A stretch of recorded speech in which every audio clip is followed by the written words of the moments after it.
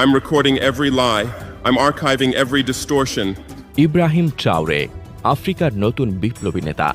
পশ্চিম আফ্রিকার ছোট্ট দেশ বুরকিনা ফাসো, যেখানে বছর খানেক আগেও দারিদ্র্য, সন্ত্রাসবাদ আর রাজনৈতিক অস্থিরতা ছিল নিত্যদিনের বাস্তবতা। এই সংকটের মাঝেই উঠে এসেছে এক তরুণ নেতা, ইব্রাহিম ট্রাওরে, যিনি আজ শুধু একজন রাষ্ট্রপ্রধান নন, বরং আফ্রিকার নতুন প্রজন্মের আশার প্রতীক। 2022 সালে সেনাবাহিনীর একাংশের নেতৃত্বে অভ্যুত্থান ঘটিয়ে তিনি ক্ষমতা দখল করেন। ক্ষমতা এসেই পুরনো ঔপনিবেশিক সম্পর্ক ছিন্ন করেন ফ্রান্সের সঙ্গে এবং রাশিয়ার সঙ্গে গড়েন কৌশলগত জোট।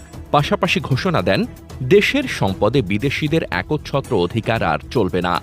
ট্রাওরে সরকার চালু করেছে রাষ্ট্রায়ত্ত খনি, যেখানে বিদেশি বিনিয়োগকারীদের বাধ্যতামূলকভাবে 15% অংশীদারত্ব দিতে হয় এবং স্থানীয়দের প্রশিক্ষণ দেওয়া হয় যেন একদিন নিজেরাই সব পরিচালনা করতে পারে। কিন্তু